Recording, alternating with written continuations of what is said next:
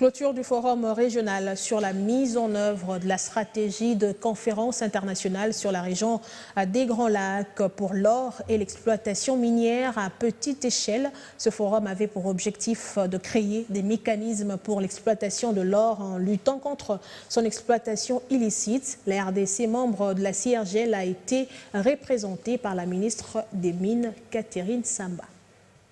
Tout est bien qui finit bien. C'est le cas de le dire avec la ministre de Mines, Antoinette Samba Kalambaye, qui a procédé le vendredi 15 septembre 2023 à la clôture de travaux du Forum régional sur la mise en œuvre de la stratégie de la conférence internationale sur la région de Grands Lacs pour l'or de l'exploitation minière artisanale et à petite échelle. Ces assises ont eu le mérite de lever les options devant permettre aux pays membres de la CIRGL de mettre sur pied des mécanismes de gestion efficaces de l'or à partir de l'exploitation jusqu'à l'exportation, en même temps lutter contre l'exploitation illicite de l'or à travers ces pays membres. Au terme de ces assises, 16 recommandations ont été retenues. La ministre congolaise de Mines, Antoinette Samba Kalambaye, est revenue sur quelques-unes d'entre elles.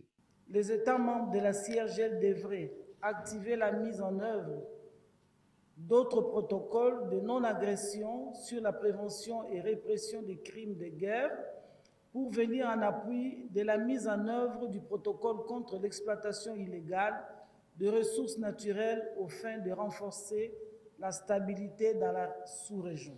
Les États membres s'engagent à respecter les dispositions de l'article 5 du pacte sur la sécurité, la stabilité et le développement dans la région de Grands Lacs afin de booster un commerce transfrontalier responsable de l'or d'exploitation artisanale et à petite échelle.